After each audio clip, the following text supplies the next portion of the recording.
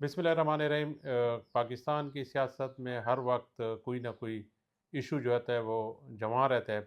और आजकल अली अमीन गंडापुर एक तवील अरसे की खामोशी के बाद फिर से सरगर्म अमल भी नज़र आ रहे हैं और कौमी मीडिया पर उनकी बातें जो हैं वो काफ़ी अहमियत और काफ़ी तवज्जो हासिल कर रही हैं। आज इस मौजू पर ज़रा डिस्कस करते हैं। मेरे साथ सीनियर साहबी अबुल मज़म तुराबी भी मौजूद हैं।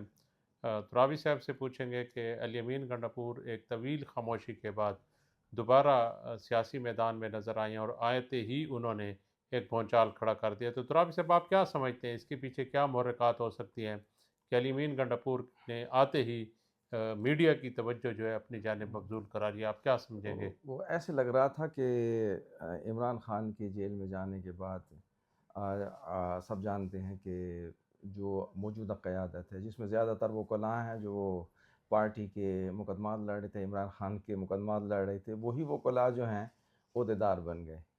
अच्छा, इसमें बड़े शक व शुबहात पाए जाते हैं। मैंने एक पोस्ट भी की थी पिछले साल कि एक दिन इमरान खान खुद बताएगा कि मेरे वकला जो हैं मुझे आके गलत इत्तलात, गलत मालूमात देते रहे और जो मुकदमा लड़ने थे वो मुकदमा लड़ने की बजाय दीगर मामलात में उलझे रहे और मुझे जो है वो फंसाए रखा और बजाय इसके कि रिहाई दिलवाते या मेरे मुकदमात में जो है मेरे मुझे जितवाते।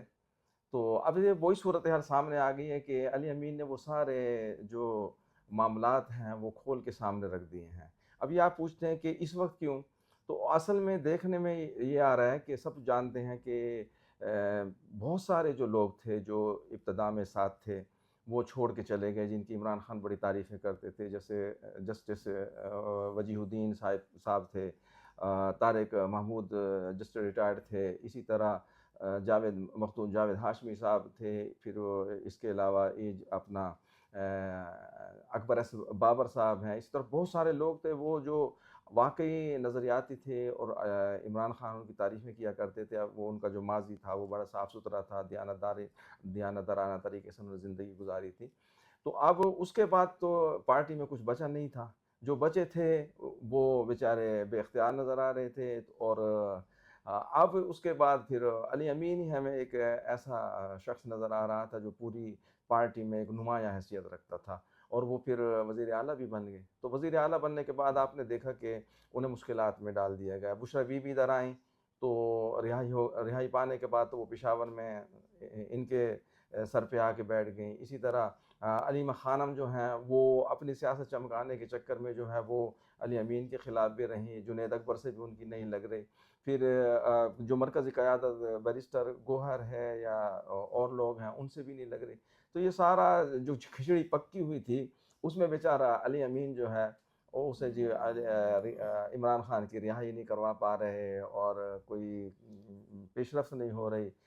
इस सारे चक्कर में अली अमीन को जो है बदनाम किया गया और फिर अली अमीन को अच्छा अली तुराबी साहब, खान के ये जी, खिलाफ जब उन्होंने राज खोले कि वो यहाँ मेरे साथ क्या कुछ कर रही हैं और इमरान खान की रिहाई वो नहीं चाहती, तो फिर उसके बाद आपने देखा कि वो उनकी छुट्टी करा दी गई जी। वजारत आला, फिर अच्छा, वो नहीं, खामोश हो गए। आप ये जी देखें कि तो अली अमीन गंडापुर जो थे उन तो पर अब भी पार्टी की जो हम्म, निचली सतह की तो क़यादत है, जो उनके कारकुन हैं, हालिया उनके मैंने जो बयानात सामने आए जी हैं, एक मरतबा फिर उन्होंने इमरान खान की बहन हलीमा खानम के मुतालिक दोबारा सख्त ज़बान इस्तेमाल किया है।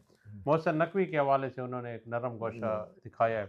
तो इस हवाले से तो मुझे तो ज़ाती तौर पर ये लगता है कि अली अमीन गंडापुर जो है वो आशीर्वाद हासिल करना चाह रहे हैं एस्टेब्लिशमेंट की या उन इदारों की जिनकी वजह से वो दोबारा इक़्तिदार में आने की कोशिश भी कर रहे हैं।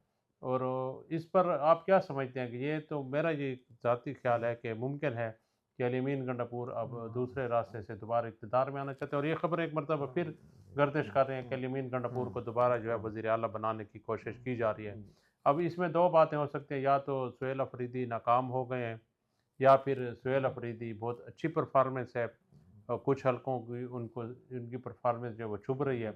तो मुमकिन है कि वो उनको हटाना चाह रहे हों कि ये हट जाए, अल अमीन आ जाए, वो ज़्यादा फ्लेक्सिबल भी है और हर तरफ मामलात को बेहतर भी रखते हैं। तो देखिए आप आपका ख़्याल क्या है इस अली हवाले से? अमीन जो है ना वो डिप्लोमेसी इख्तियार किए हुए थे ना कि एक तरफ उन्होंने वज़ीर आला भी रहना था, हुकूमत भी करनी थी और दूसरी तरफ इमरान खान की रिहाई के लिए भी वो उन्होंने अपना किरदार अदा करना था।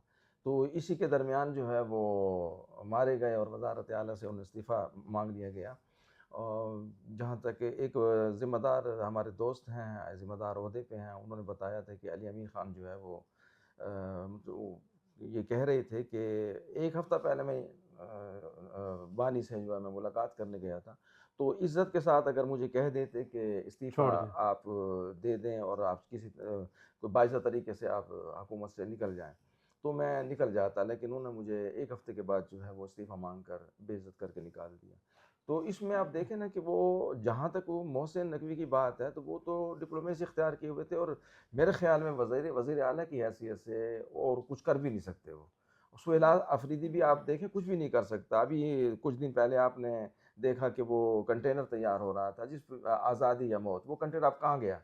वो तो नज़र ही नहीं आया इस तहरीक में। जी, सही। अच्छा, ठीक है? बिल्कुल आपकी ये बात हाँ, मैं उनको इससे इत्तेफ़ाक करता हूँ, हम उनको खुद भी इस पे प्रोग्राम करते उनको रहे हैं और हम उनको खुद भी यही बात उनको करते थे कि वफ़ाक के बगैर जो है या किसी इदारों के हाँ, बगैर हाँ, आप हुकूमत नहीं चला सकते। उनको अब एक पार्टी के उनको सरबराह हैं या पार्टी उनको के कारकुन हैं, उनको आपकी एक अलग राय होती है। जब आप एक सूबे के सरबराह सही होते हैं, बात है। तो फिर आपको एक ज़िम्मेदारी का मुज़ाहरा करना होता है। हालिया ज दिनों में ज आपने देखा होगा ज कि ये जो रोड्स बंद किए गए हैं ज खैबर पख्तूनख्वा के पंजाब की जानिब, ज तो ज उसका तो नुकसान खैबर पख्तूनख्वा के लोगों को हुआ है, पंजाब को या वफ़ाक को तो हाँ, कोई नुकसान तीनों नहीं सूबों में पहुँचा। तो कुछ भी नहीं था। बिल्कुल वो नहीं था देखो भई। ना वहाँ तो कुछ भी नहीं था। वहाँ आप देखें कि बड़े अजीब-सी बात है, एहतजाज किसके खिलाफ था?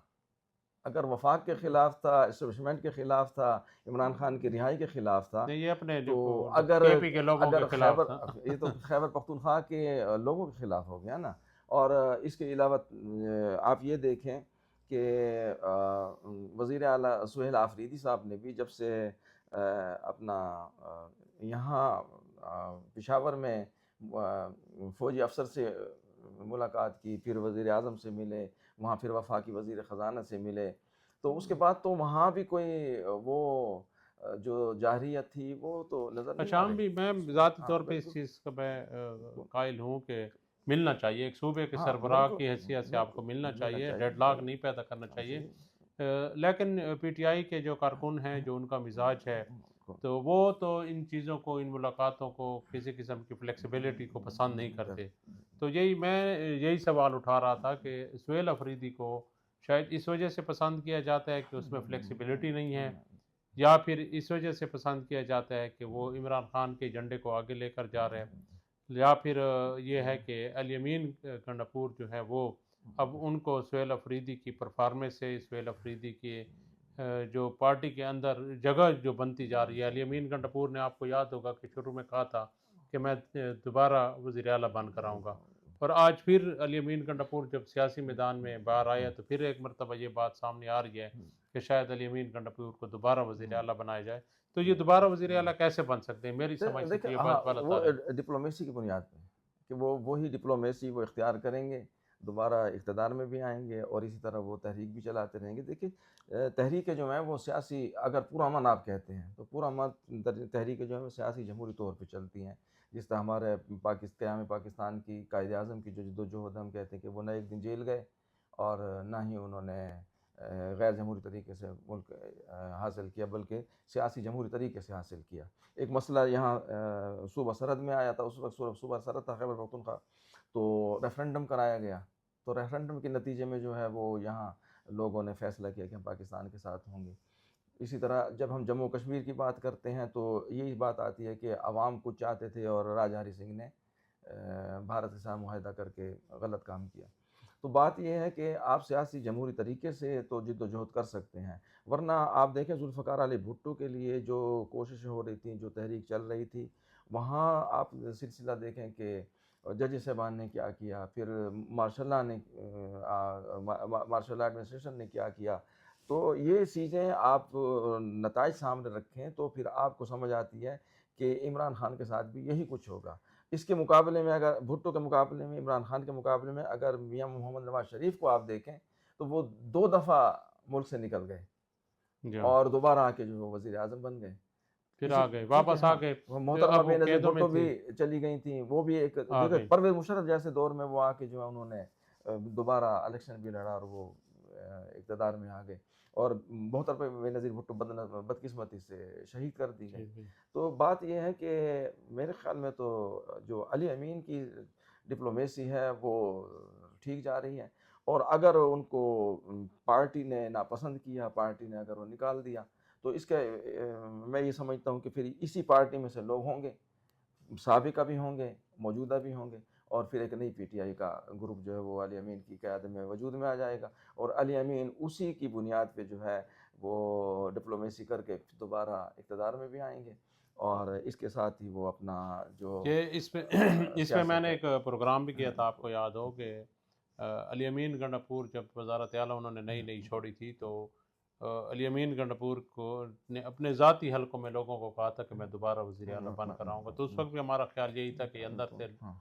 लोग टूटेंगे और दोबारा इनके साथ मिलेंगे, तो दोबारा अली अमीन गंडापुर सरगर्म अमल है वज़ीर आला बनने के लिए। नाज़रीन कराम, आज सूरत हाल जो थी अब तक के लिए आपके सामने पेश किया है। आने वाले दिनों में अब देखते हैं कि सुहेल अफरीदी कितनी रेजिस्टेंस कर सकता है, या अली अमीन गंडापुर दोबारा वज़ीर आला बन सकते हैं। ये आने वाले चंद दिनों में इस हवाले से पता चल जाएगा। लेकिन इस वक्त जो सूरत हाल है वो ये है कि पीटीआई जो है अंदर से बहुत बड़े पैमाने पर तकसीम हो चुकी है, दरारें पड़ चुकी हैं, और ये पीटीआई टूट कर फिर शायद एक नई पीटीआई बने। इसके साथ ही इरफान मुगल और अबुल मुज़्ज़म तरावी को इजाज़त दीजिए। अल्लाह हाफ़िज़।